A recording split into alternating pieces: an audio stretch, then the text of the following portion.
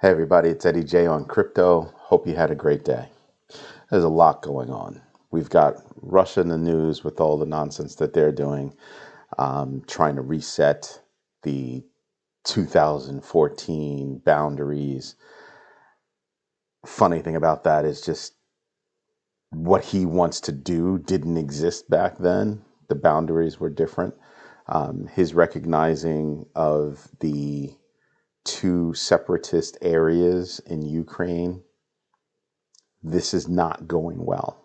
It's not going well at all. So my wish is not going to be fulfilled. I wish for no bloodshed. I wish for no loss of life. And it doesn't seem like it's going that way. But we'll talk about what is affected by these moves. It's more than just fuel to Germany. It's wheat exports.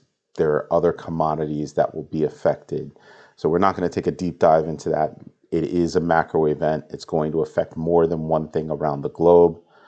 So let's put that over here. We already know what's there. It's what can we do, to move forward. So we've got Bitcoin, we have Brazil, we have NFTs that we should talk about. We have a nice report. Let's start there. There's a really cool report out by FIS, which is a global fintech company, and crypto.com. They've identified that over 60% of merchants are interested in being able to be paid in crypto, to do business using cryptocurrencies. That's huge.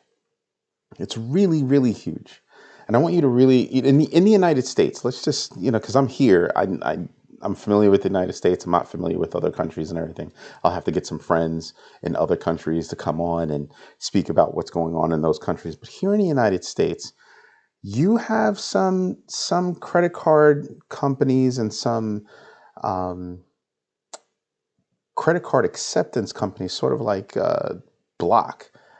Block has huge penetration in the restaurant and retail store business, and they are getting deep into crypto. So in a heartbeat, a lot of merchants will be able to do it. My company, we build and host websites for companies, e-commerce websites.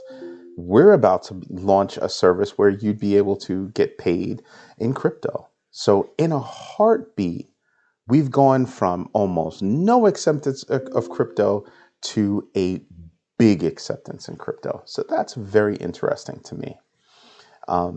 When you look at all of this, you start to realize what's being accepted around the world. And one of the things that I'm looking at is Brazil. Brazil is more like they are this close to being the largest Latin American country to have cryptocurrency legislation on the books.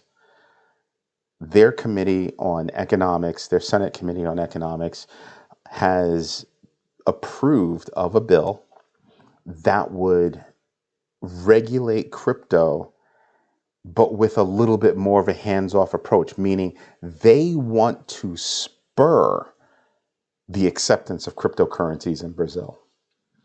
So the last step to this is getting President Bolsonaro to actually sign off on it. If he signs off on that, boom. And they already have 10 million people already actively participating using cryptocurrencies. That's a little less than 5% of their total citizenry. And that's big. That's big. That you're talking about a country that if they had regulation on the books, you're talking about more businesses that would hop on board, more people that would hop on board, that would be using cryptocurrencies as legal tender. So imagine you walk into a store to buy a gallon of milk, liter of milk, and be able to just whip out your phone and boop, pay with Bitcoin, pay with Ethereum, pay with whatever cryptocurrency that store is using. That's huge. And as that becomes, the norm in certain countries, El Salvador, Brazil, other countries around the world, as that becomes the norm, when they travel to other places, it's going to detract from that travel destination's ranking if they don't use crypto. Think about that. Just think about that. So if I'm in the United States and I'm doing Airbnb, or I have, an apartment or a house or whatever that I'm doing Airbnb with, I should be thinking, you know what? I want to accept crypto because somebody coming from Europe is probably big on crypto. Those are actually good chances. So imagine being able to get paid in crypto, making it so that that person can travel with their money. If I'm doing Airbnb in the United States, I want to not only accept crypto, but I also want to tell them where every place else is that can accept crypto. I mean, there are places on Staten Island where you can walk in and find a Bitcoin machine. I'm not going to call it a Bitcoin ATM, right? It's not really an ATM. You're putting money in, it flips it to crypto, and then sends it to whatever wallet you want to use. So it's not really an ATM. But imagine if when you walk into that store, yeah, there's a Bitcoin ATM, but imagine if you could just walk up to the counter and boop, thanks for that bag of chips and walk out. This is where we're going, and it's going there with more momentum as every day passes. So let that wash over you for a minute. Where we didn't have regulation a little while ago, you have states trying to figure out how to make tax payments via crypto. You're finding states that want to do other things via crypto. Any state that's accepting, cannabis, the sale of cannabis, is going to want to look at, should we make it so that you can pay via crypto? Because those cannabis businesses, I don't think they can still put their money in a bank because it's not federally accepted. So sit there and you kind of go, wow, imagine if they could get paid in crypto. Problem solved, and the government gets to make more money just because of the ease and flow of that crypto. Wow. So I'm looking at more and more states, California, I think there are a couple of state politicians that are also looking into how they would be able to introduce a bill into California recognizing cryptocurrencies as tender. That's huge. That's bigger than huge. It's way bigger than huge. So with that gained acceptance, you sit there and you kind of go, wow, there's more going on. As another sign of acceptance, the Advertising Standards Council of India has said, you know what, with all this NFT stuff that's going on, we need to figure out a way to actually standardize or set standards for advertising. What they're trying to do is stop all the lies and stop all the plagiarism, stop all the fraud, not necessarily stop, but curb, at the very least, curb that so that people can trust what it is that they're buying. That's a big deal because the NFT space took a 30% dive. As hot as it is, it lost 30% in that space, and that space is still hot. So I'm expecting it to take another bump. But there is a lot of fraud and theft. OpenSea got hacked. I did that video a few days ago that OpenSea got hacked. There's a lot of fraud, a lot of theft, plagiarism. And there needs to be something in place that can help people discern, are they buying something? Are they actually receiving what they think they're buying? So I think more regulation in that space is going to happen as well. And the reason why I say so is because the NFT space seems to be moving differently than the cryptocurrency space, even though technically it's the same thing. NFTs, cryptocurrencies, basically the same thing. But it seems to be its own separate animal. So you see a lot of, companies talking about, oh, we want to get into that space. We want to open up our own, NFT exchange and blah, blah, blah. Maybe we want to do like Salesforce. We're looking into developing, some cloud services for NFTs, yada, yada, yada, yada, yada. It's a huge space, huge, huge, huge space. But there needs to be regulation, just like with cryptocurrencies. But I think there needs to be more regulation there because you really are purchasing something. Maybe it's not physically tangible, but at least it's digitally tangible. And you're purchasing something and you just want to know that it's legit, right?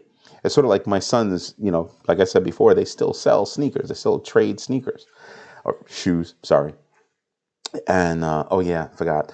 Girls, my daughters, I apologize. Yes, I know I have to shave. I will get to it. My apologies. Daddy will fix it. But my boys, flip shoes every now and then. And there are services out there that will verify the authenticity of a given piece of product.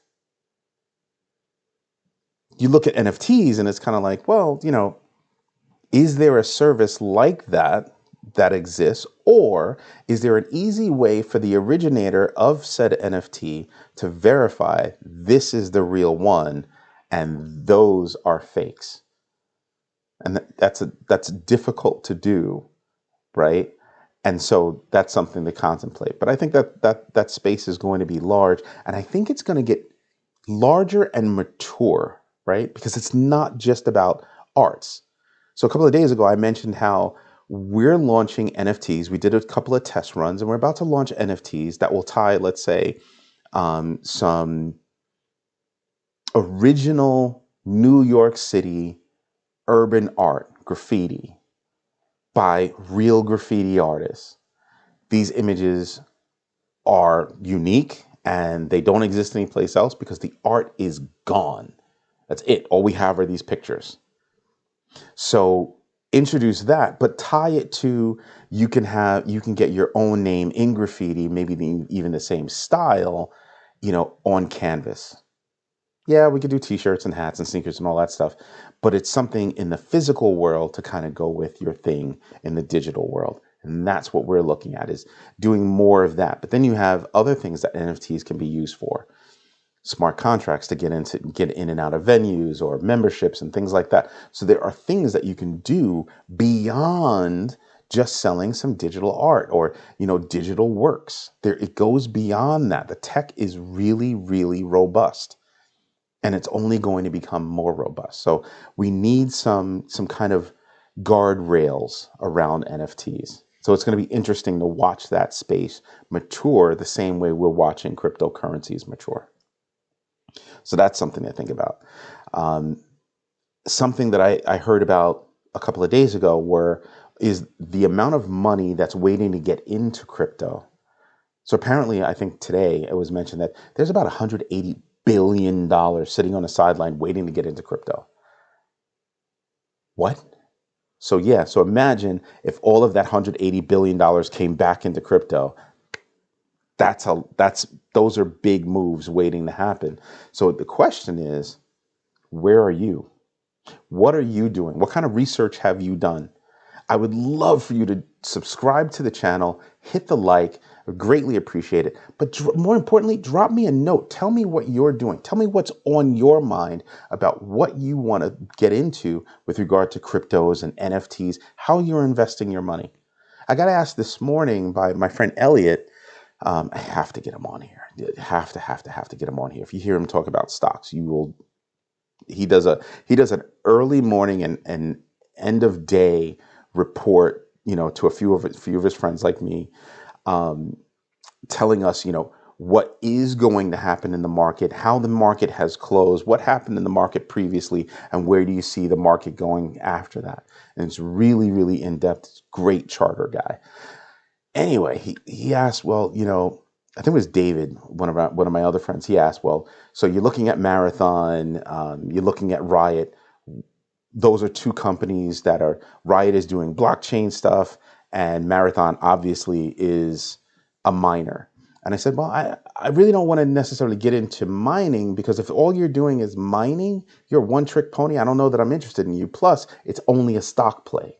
So I'm not really interested in that, right? I'm not here to talk about my stock portfolio, and I'm not really here to analyze that stock.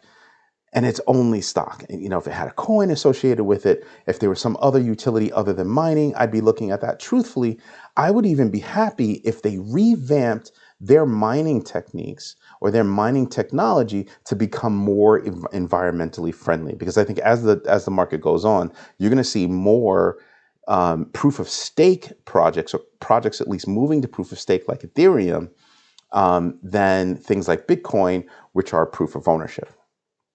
So obviously proof of ownership takes up more energy, all that good stuff. And proof of stake takes significantly less energy, and thusly is more efficient and better on the environment. But that said, I'm not really looking at that. Then I look at Riot blockchain. Seriously, If you have to put a word like blockchain in your name, I'm looking at you like the old .coms. Everything was .com, .com, .com. And what is it? 95% of them went bust. Yeah, that's the way I'm looking at it. So I'm not interested in Riot either. And I told them that. I'm not interested in either one of them. What I'm interested in are companies that are a part of the fabric of cryptocurrencies. And you can say that a miner is, but that's all they do. They're not really adding to the utility, the actual usefulness of cryptocurrencies. They're just mining. It's crucial, it's necessary, but I really don't see them as useful, especially since to me, that's being on the outskirts of crypto technology, because basically they're mining, doing all that stuff, and they're most likely leveraging. Well, I'm not saying they are, but a lot of companies are just leveraging what they've mined to get money, to invest that money and do other things. And sometimes they can get into being over leveraged. Some companies are doing well with their money and keeping it in house and doing what they need to do. But I'm just not enticed by it. Marathon is actually a really good company. If I was interested in doing stocks, that would be one of the stocks that I'd be like, yeah, that one. But I'm not right now. I already have a stock portfolio. I'm trying to build two things. I'm trying to build real estate portfolio and a cryptocurrency portfolio. Those are the things where I'm actually interested right now. And, a lot of my time, real estate is real estate. It is what it is, and you move on. Cryptocurrency is something you have to be on top of like all the time, every day, all day. Know your space, do your research. What's the utility? Who's using it? How many people are using it? How much does it cost? Is there another play that's in the same space doing the same thing that might be more popular? Or is this the one that's popular, costs less, and is up and coming? There are a lot of questions like that I have about any kind of cryptocurrency, but those are the things that I'm looking for. And so those things, those two stocks, I'm definitely not interested in right now. I'd be looking at things like, what are the up and coming gaming platforms that I think could, become more advantageous than a Gala, right? Or more advantageous or fruitful than a UFO games. Tell me about that. Is there an up and coming Oracle that promises to be better than, let's say, Chainlink? I don't know. I still think that Oracle, the company Oracle Corporation, should actually get in bed with Chainlink or become their own Chainlink and become a bigger Oracle in the space. That would be interesting to me. But I think a partnership there would actually do well. The reach of Oracle as a company, the money and technology know-how of a Chainlink and how they actually pass things back and forth, I think that's a fruitful venture. There are a lot of team ups that I can see that would actually work. Salesforce trying to get into the NFT space, having, more than a few hundred people talk about, no, there's too much fraud, it's not good for the environment, blah, blah, blah. What's your play? I mean, you're kind of coming into the market a little late. What's your actual play here in this space? Don't know yet. I mean, do you have a real play for a burgeoning metaverse where Salesforce technology would be useful in that space? Does that even exist? Or are you going to work to create that need and then fulfill the need? Don't know. So, those are the things I'm looking at. So with all of that going on, I'm looking at where crypto technology dollars are right now. So by the way, let's get to that. Let's see. So the fear and greed index is currently at 23. It was at 25, then it dropped to 24. Now it's down on 23. So there's a lot of fear. So you got greed all the way over here. You have fear all the way over here. This is where people are right now. I think that's going to change as dust settles and more people become educated in how crypto works and how does it work versus the outside world. It's not really correlated to stocks. Only traders are creating that correlation between cryptocurrency and stocks, but that's not really how it works. Once people understand that, cryptocurrency will go back to moving the way it should move on its own.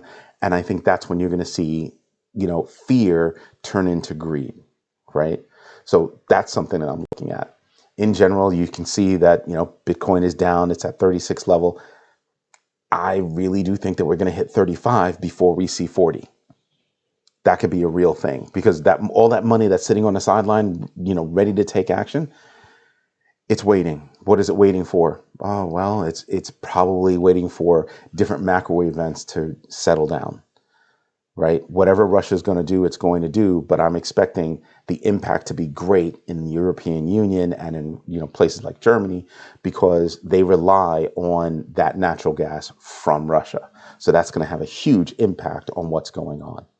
But once that settles down and they start to realize cryptocurrency is actually one of the best things you can use, because you can put your money in and maneuver around the world with that money. So it's going to be interesting how that plays out. Let's go take a look at the full numbers. Yep. And as I said, BTC is down, Ethereum's in the 2,500 range. That everything I see right here, these are sale prices. Straight up, these are sale prices. Something that should make people stop and wonder, wow, let me go do some research on Luna. Should be doing research on Luna, because as everybody is in the red, Luna's up 6.2%. What? Yeah, 6.2% in a day. So what happened with Terra Luna? I don't know, but that's something that I want to dig into. I'm not invested in Terra Luna, but it is interesting. You know my rule. Do I think Terra Luna is going to go, higher than 58? Yes, actually, let's take a look, because I want to know, what their high was. So their all-time high is $103. So they're seriously off their high, but I mean, think about that. They're at 58. Their high was 103. Are they going to get back to 103 this year? Highly possible. Strong blockchain, strong network. Yes, I think it can do it. We just kind of have to have things settle down and ease off, with Russia and other macro events, but that's where we are. So yes, but that's something I want to actually pay attention to. So later on, when I'm done with this, I'll probably go do some research on Terra Luna. But you don't have any huge losers. Polygon is a huge loser. They're down to $1.40. To me, I have to tell you, sale price. I told you a couple of days ago that I think things are going to come down as more and more things happen. They'll come down before they go back up. And Matic being at $1.40, I have to tell you, that is a delicious number. Something that I do want to mention again, I mentioned this the other day.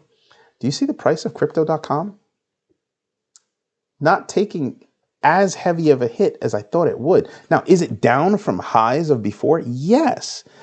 But it's trying to hold on strong as close to 40 cents as possible. So I'm just like, wow, that's actually pretty interesting. That's pretty doggone interesting. Something I just want to call out. I don't have any money in this, but Terra USD being at $1.01, I'm just saying your value went up by a penny. That's 1%. That's more than most banks pay on accounts. I'm just saying. Looking at the rest of them, yeah, they're down. And some of them are down big. Mana is down 4%. Again, less than 5%. Is that really a big move? No, not really. Not really. But $2.48, that's a sale price. The metaverse is where it's going to be for a long time coming, and Mana is down to $2.48. That's a steal. That really is a steal. So if you've got a couple of extra bucks coming in, there are a few plays that you can make. You've got Chainlink that's down to $13.12. You have Mana that's down at $2.48. As I said before, you have Matic that's down at $1.40. Each one of those companies is what I identify as connective tissue. Those are things that could actually do something. Algorand is down at 76 cents. That could be a mover for people. I'm invested in that space. I'm definitely looking at maybe I should pick up a little bit more. Something else that I wanted to look at was VeChain down at 4 cents. I think VeChain has a lot in its future. I think that's a big deal. So to me, looking at that 4 cents, do I think they can go up to 8 cents, meaning double my money? I think so. Look at that all-time high, 26 cents. 26 cents. So if you got in right now and it went back up to 26 cents by the end of the year or even next year, you've now multiplied your money by 6 times. Just let that wash over you. And VeChain's doing some really cool stuff. So that's something that I'm looking at. I would want to get into well, let me rephrase. I want to get deeper into VeChain. I'm already invested in VeChain. So these are things, again, that I look at and I just kind of go, big deal. Very big deal. So Now you can see what I'm looking at. Some of these things, they're taking bigger hits than others. But you should pay attention to what's out there. Gala being down at 22 cents. That's something that I'm looking at. 22 cents for Gala, one of the most popular gaming platforms out there for the metaverse. Yes, that's a sale for me. So I'll be looking into that. Harmony is down to 12 cents, almost 13 cents. Something I'd be looking at one. STX Stacks. Stacks is interesting because Stacks is being used to bring TVL over to Bitcoin. So Stacks being at $1.09, that's a steal to me, right? I mean, dead serious, their all-time high was $3.21. So there's a lot of upside to that. So I'd be looking at Stacks. Everything else that's in the portfolio in our Journey portfolio is the same thing. I am looking at KDA. I don't have anything in Cadena, and Cadena is doing some really good stuff. There are a lot of coins out there, but I like Cadena. I think Loopring is going to get removed from my favorites list. They're kind of stagnant to me, so I don't know that they're actually doing anything. They've lost a lot of business to competitors, so I'd have to see something from them. And look at this, the high volume has made them drop. So yeah, you know what? Let's just do it now. Goodbye. All right. Sorry, but it is what it is. So looking at our favorites, our portfolio, the Journey is getting crushed. It's absolutely getting crushed. But again, I think that this is buying season for a lot of these, actually all of them. Looking at Cardano at 84 cents. What? Heck yeah. I know Cardano is doing a whole bunch. They just doubled their bug bounty. So up to $20,000 if you find a critical bug for them. Whoa, wait a minute. That's dead serious. That means they have more coming. So 84 cents and their high, again, $3. Get in now. I might be able to triple my money on that. Again, I love making a percentage on my money, but if I can make a multiple on my money, I'm going to jump on that all day long. And I think Cardano is a vehicle to do that with. Anyway, this is Eddie J on crypto. Hopefully I'll see you tomorrow. Sorry I didn't make one last night. I actually made a video last night, but I got a phone call. I actually recorded myself on the phone and had to jet out to help my family do some stuff. So it's tonight's video. Anyway, hit the likes, subscribe. Don't forget to hit the bell so you can see when I'm dropping a new video. And hopefully my information is giving you enough so that you can learn and take this to make purchases on your own and even learn how to do research on different cryptos. All right. Have a good one. Bye-bye.